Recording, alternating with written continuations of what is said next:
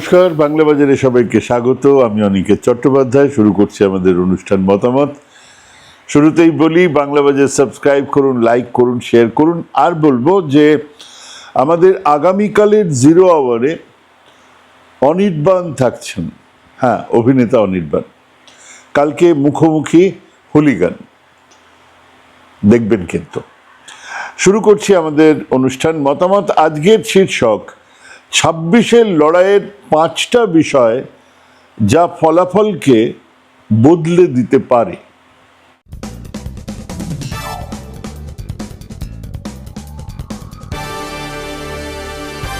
2026-এ এই বাংলার লড়াইটা কিন্তু 2021-এর লড়াইয়ের থেকে অনেকটা আলাদা। ইনফ্যাক্ট প্রত্যেকটা ইলেকশন আর একটা ইলেকশনের থেকে আলাদাই হয়, কিন্তু এটা অনেকটা আলাদা। সেবারে একটা হাওয়া বইছিল, একেবারে বুঝতে পারার মতো হাওয়া। বিজেপি আসছে, বিজেপি আসছে। কেন? কারণ 2019-এর লোকসভা নির্বাচন 18টা লোকসভা আসন পেয়েছিল বিজেপি। আর খুব সরল হিসেব হলো 18x7, মানে একটা লোকসভার আসনে কম বেশি 7টা করে বিধানসভা থাকে। তো সেই অঙ্কের ভিত্তিতে বিজেপির ব্যাগে 126টা আসন, ম্যাজিক ফিগার 148টার থেকে মাত্র 22টা আসন দূরে। কাজেই আসছে বিজেপি, এরকম একটা হাওয়া ছিল। মিডিয়া সেই হাওয়া তুলতে শুরু করেছিল।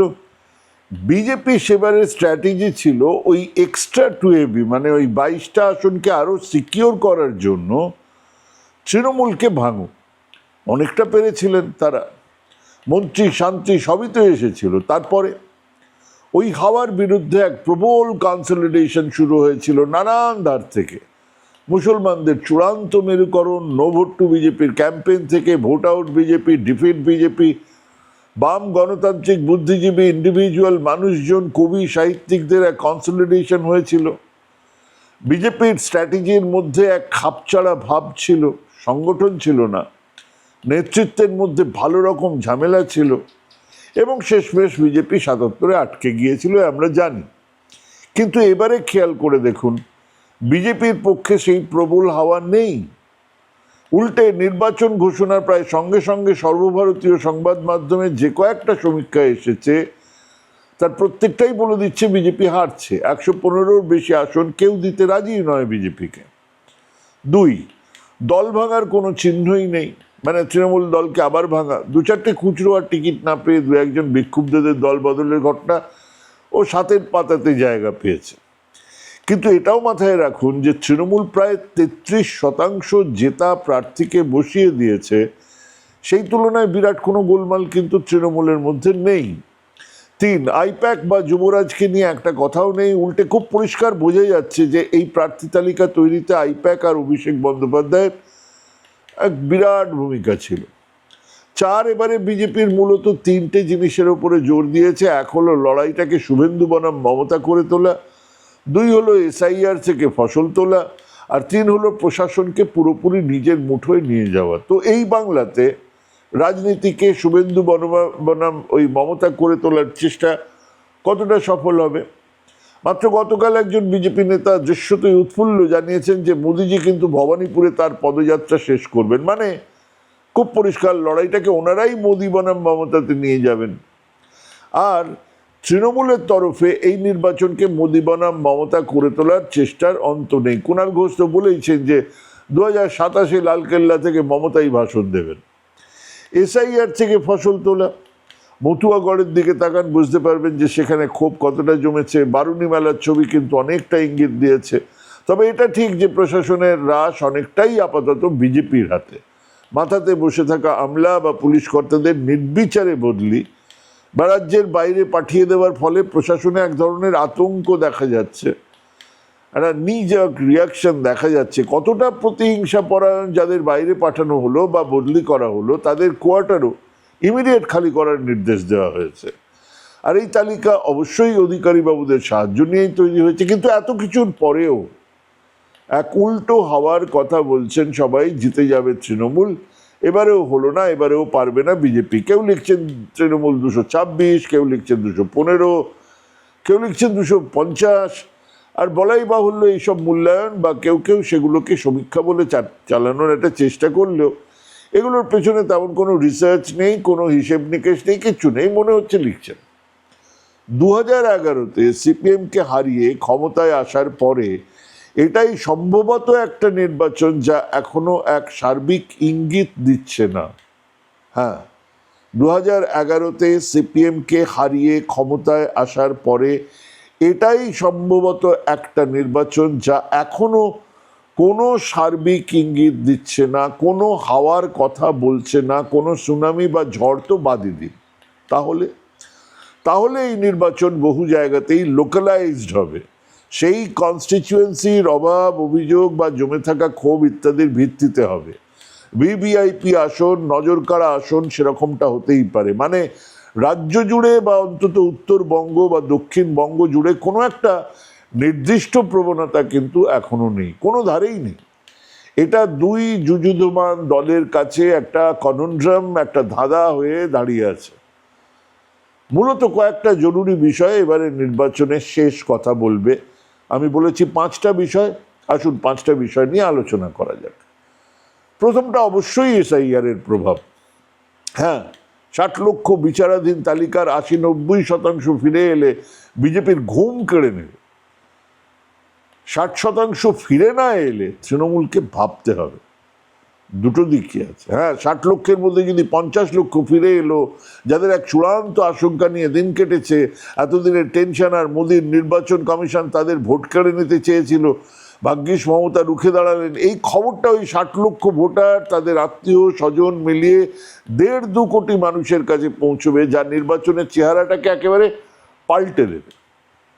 আবার ঠিক তার উল্টো হবে যদি 60 লক্ষের মধ্যে 35-40 লক্ষ ভোটার ফিরেই না আসে। তাহলে সংখ্যালঘু মানুষজন আস্থা হারাবে।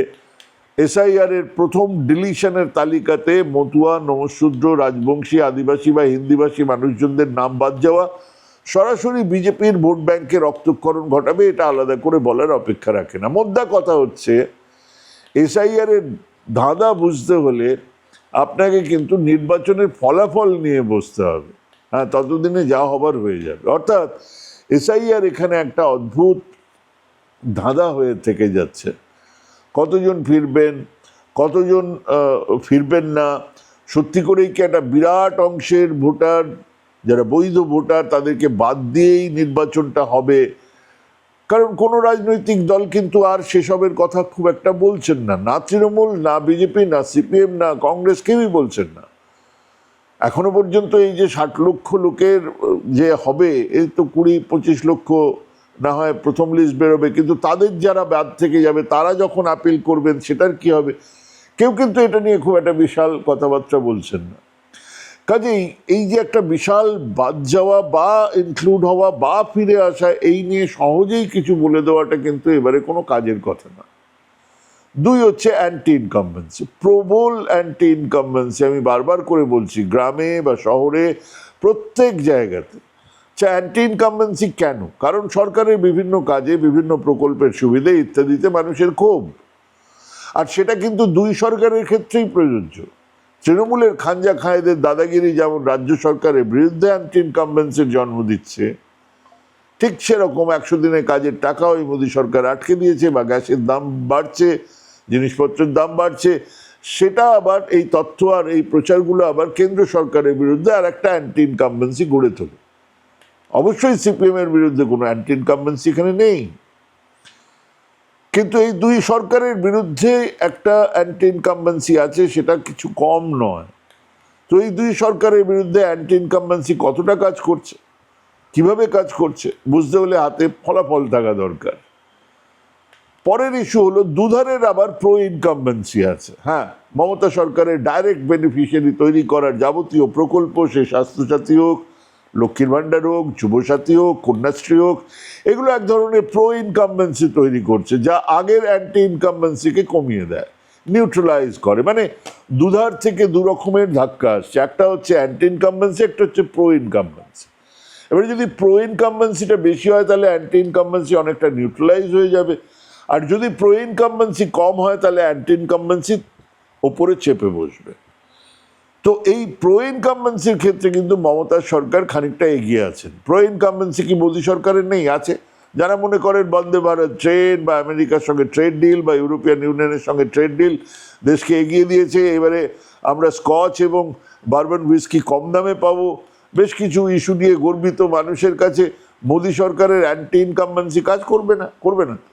সেই প্রো ইনকামবেন্সির মেজারমেন্টও পাওয়া যাবে ফলাফল আসার পরে। এরপরের খুব গুরুত্বপূর্ণ পয়েন্ট হলো সিপিএম এর ভোট কমা বা বেড়ে যাওয়া। সিপিএম এর আসন শূন্য, ওনারা মাঝে মধ্যেই বলে আমাদের নিয়ে এত আলোচনা করছেন কেন? আরে ভাই, তোমাদের নিয়ে আলোচনাটা এই জন্য হচ্ছে, সিপিএম এর ভোট কমা বা বেড়ে যাওয়া নিয়ে একটা বিরাট ব্যাপার আছে। হ্যাঁ, তাদেরই তো 27% ভোট ছিল। কে ভেবেছিল যে তারা 22% ভোট তাদের থেকে চলে যাবে বিজেপির কাছে? সিপিএম এর আসন শূন্য, ভোট 7%, কিন্তু এর পরেও তারা এই নির্বাচনে এক বিরাট গুরুত্বপূর্ণ ভূমিকা নেবে। হ্যাঁ, আপনি চান বা না চান। আসলে এখনো আমার ধারণা বিজেপি তার ভোট ধরে রাখবে, তৃণমূলও তার ভোট ধরে রাখবে, মধ্যে পড়ে থাকবে কংগ্রেস আর সিপিএম, তাদের ভোট। তো এবারে কংগ্রেসের ভোট তো এই মামু, মালদা, মুর্শিদাবাদ এলাকার মধ্যেই আটকে আছে, সারা রাজ্য জুড়ে তাদের কোনো অস্তিত্ব নেই। কাজেই সারা রাজ্য জুড়ে এই যে সিপিএম এর 7% ভোট, সেটা একটা বিরাট রোল প্লে করবে। আপনাদের এই সুযোগে বিহার নির্বাচনের কথাটা একবার মনে করিয়ে দিই। বিহারে মহাগঠবন্ধন আর নীতিশ বিজেপি জোটের ভোট 2021-এ কিন্তু একেবারে সমান সমান ছিল, যদি দেখেন তাহলে বুঝতে পারবেন। কিন্তু তার বাইরে ছিল চিরাগ পাসওয়ানের 5%-এর বেশি একটা ভোট। এবারে ওই নীতিশ বিজেপি পাসওয়ানের ভোটের পরেই ওই পুরো 5% জোটের মধ্যে ওই পুরো 5% ভোটটা জুড়ে গেছে। আর সেই জুড়ে যাওয়াই কিন্তু ফলাফলকে একেবারে বদলে দিয়েছে। চিরাগ পাসওয়ান যদি মহাগঠবন্ধনে আসতো তাহলে ঠিক এর উল্টো রেজাল্টটা হতো। ঠিক সেরকম সিপিএম এর 7% ভোটের 4% ভোট যদি বিজেপিতে ট্রান্সফার হয়ে যায়, তাহলে কিন্তু বিজেপি 119 +-5 পৌঁছে যাবে, অর্থাৎ সেটা 124 পর্যন্ত চলে যেতে পারে। আর কথা সবাই জানে যে বিজেপি 120-125 পেয়ে গেলে ভেতরের বিভীষণরা মুখ খুলবে, তাদের দম বন্ধ হবে, এসব আমরা জানি। আবার যদি সিপিএম 3-4%ও ভোট বাড়িয়ে নিতে পারে, 3-4% ভোট যদি সিপিএম ফেরত আনতে পারে, তাদের কর্মীরা মনে করবেন যে না, আমরা সিপিএমকেই ভোট দেব, তাহলে বিজেপি কিন্তু 50-এর তলায় নেমে যাবে। তো এই সিপিএম এর ভোট ফিরল না গেল বুঝবো কি করে, বোঝা যাবে কখন? এই গোটা হিসেবটা কবে জানতে পারবো আমরা? নির্বাচনের পরে ফলাফল হাতে পেলে। তার আগে এর হিসেব আমরা পাবো না। এবং শেষ এবং গুরুত্বপূর্ণ বিষয় হলো মুসলমান ভোটের বিভাজন। বিজেপি এই খবর রাখে যে মুসলমান ভোট, যে 34% ভোট এখন এই মুহূর্তে, সেটাকে যদি ভাঙা যায় তাহলে কিন্তু তৃণমূলের বিরাট ক্ষতি হবে। বিজেপি এই খবরটা রাখে বলেই তারা বিপুল খরচ করে প্রত্যেকটা মুসলমান সংগঠনকে, মানে অ্যান্টি তৃণমূল মুসলমান সংগঠনকে সাহায্য দিয়েছে, বেড়ে উঠতে সাহায্য, জন্ম নিতে সাহায্য করেছে, টাকা পয়সা, প্রশাসনিক সুযোগ সব কিছু দিয়ে। তাদের মুখে বিজেপি বিরোধিতাগুলোও শেখানো বলি, তাদের পোস্টার ছাপা থেকে গাড়ির তেলের পয়সা জোগাচ্ছে ওই ভূতেরা। হ্যাঁ, এরাই সেই কুইসলিং যারা হাত মিলিয়েছেন বিজেপির সঙ্গে, কিন্তু মুখে বিজেপির বিরোধিতা ছাড়েননি। গোটা ভারতের বাস্তবতা মাথায় রেখে যে সংখ্যালঘু সংগঠনের মনে হয়েছে যে বিজেপি আর তৃণমূল দুই বিরোধিতা একই সঙ্গে করতে হবে, জেনে রাখুন তাদের প্রত্যেকে গোপনে হাত মিলিয়েছে বিজেপির সঙ্গে। লক্ষ্য মুসলমান ভোটকে ভাঙা। সম্ভব? খুব কঠিন, কিন্তু যদি তারা সেই কাজে কিছুটাও সফলতা পায় তাহলে তাদের জন্য গোটা 15-18 আসনের ফলাফল কিন্তু বদলে যাবে। আচ্ছা, এটা কবে বুঝতে পারবো? সেই ফলাফল হাতে পাওয়ার পরে। তাই বলছি, এবারের নির্বাচনের ফলাফল নিয়ে দুম করে কিছু বলার আগে 10 বার ভাবুন। এবারের নির্বাচনে বহু এমন এক্স ফ্যাক্টর আছে যার তল হদিশ এখনো বুঝে ওঠা যাচ্ছে না। হ্যাঁ, দিন গড়ালে কিছু আভাস পেলে আবার নিশ্চয়ই জানাবো আপনাদের। আপাতত ভাবুন, ভাবতে থাকুন, ভাবা প্র্যাকটিস করুন। ভালো থাকবেন, সুস্থ থাকবেন। আজকে এখানেই শেষ করছি। নমস্কার।